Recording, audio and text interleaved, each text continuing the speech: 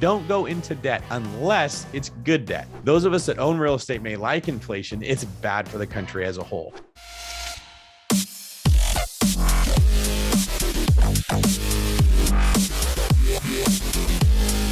Hey, my name is David Green. I am the host of the Bigger Pockets Real Estate Podcast, and I am a real estate nerd, the author of several books like Burr and Long Distance Real Estate Investing. And I'm here to talk with you today about why the Fed is raising rates and what you can do to build wealth in that environment. All right, so let's start off. What does it mean when the Fed raises rates? Well, a lot of people think this means the Fed is directly raising mortgage rates, and that's not exactly how it works. When the Fed raises rates, they're raising what we call as the prime rate. That's the rate that banks use when they're lending money to each other. So if this bank needs money from this bank, they're gonna pay a base rate to borrow it, and the Fed determines what that is.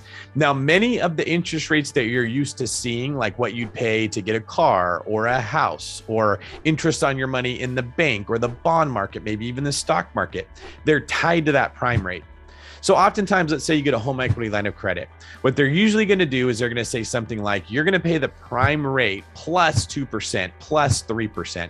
So as the prime rate goes up, your HELOC rate will go up too. And the same thing occurs when it goes down. So the prime rate is influential in what you pay for a mortgage, but it's not exactly the same. The gist of how these rates work is that mortgage rates track the 10-year treasury rate.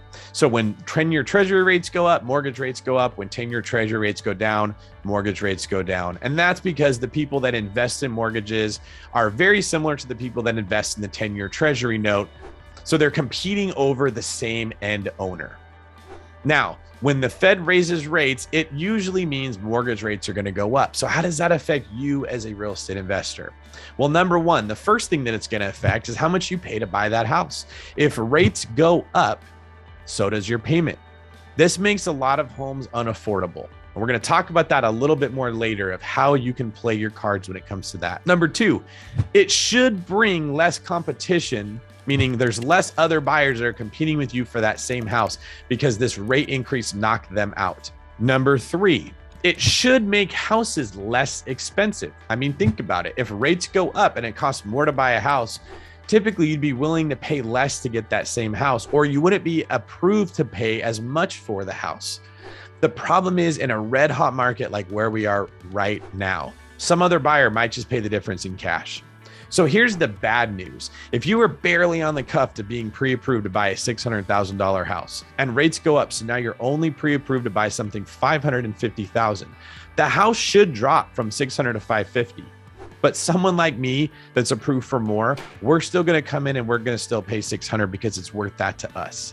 Now, one thing that I would keep an eye on is for supply to go up. If we had more supply, there wouldn't be as much frenzy and fervor to buy real estate. If there was a lot of options out there and there's plenty of supply, there'd be a lot of houses that were available for $600,000 and I can't buy them all. Neither can other people. If that were to happen when rates went up, prices would come back down, but we need some balance to come back to the force when it comes to the demand and supply curve. Hey, very glad you're here with me, and I hope you like what you're seeing. If you do, please do me a favor, smash the like button, drop a comment down below, and subscribe to this channel so you get notified every time I drop a new one. So why is the Fed raising rates in the first place? Well, the gist of it is, when the economy goes bad, they like to lower rates because people are more likely to spend money when rates are low. I mean, think about it. If you want to go buy a new car and the interest rate is 12% to buy it, you're going to think long and hard about if you want to spend $25,000 on that car. So if the Fed lowers rates and you can buy that same $25,000 car for a 3% rate, you are way more likely to buy it. And when more people go to buy cars just like you, there becomes more demand for the same supply.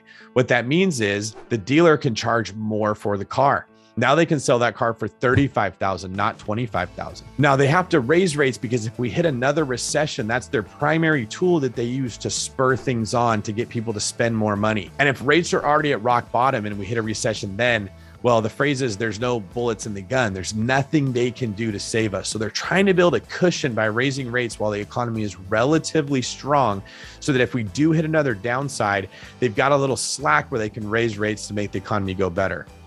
The other thing that raising rates does is it helps slow down inflation. And while those of us that own real estate may like inflation, it's bad for the monetary supply and it's bad for the country as a whole.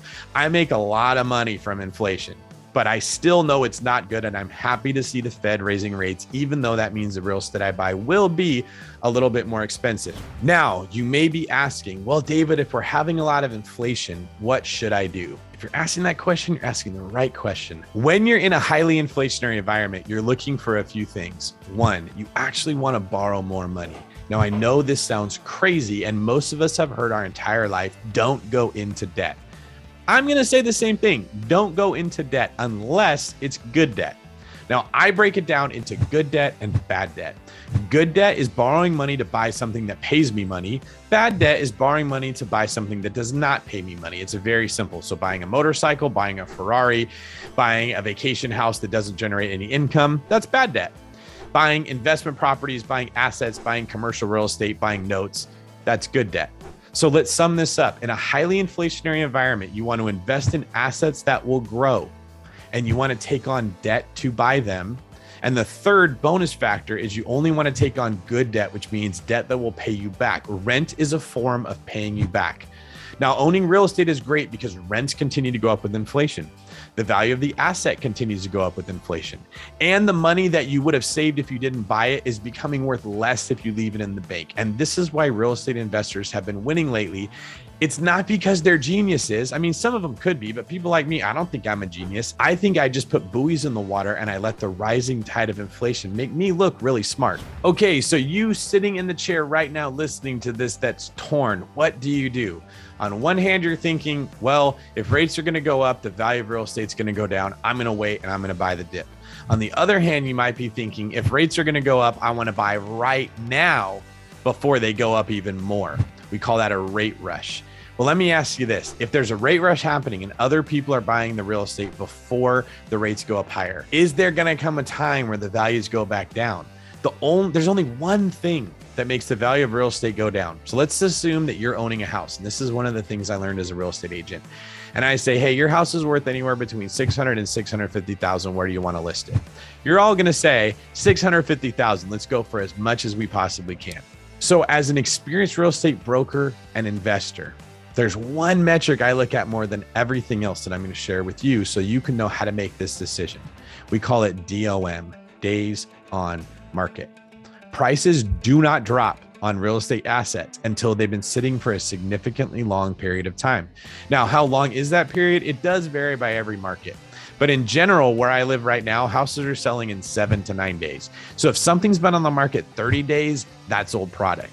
You might be in a market that's not quite as hot, but what you want to ask a realtor is, what's the average day on market? How long do homes take before they sell? Double that, maybe increase it by 50%. And that's when you're going to start to see motivated sellers. So when properties have been sitting on the market for 60, 90, 120 days, sellers will drop the price. As the prices drop, new comps are seen by appraisers who have new numbers to say what a house is worth. When that happens, you will see the price of assets come down.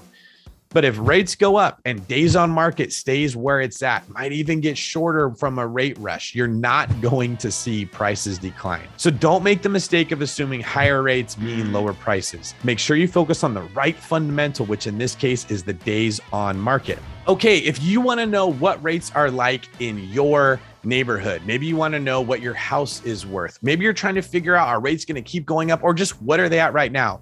We can help you with that. I have my own mortgage company. Hit us up by visiting theonebrokerage.com or just email us at intake@theonebrokerage.com.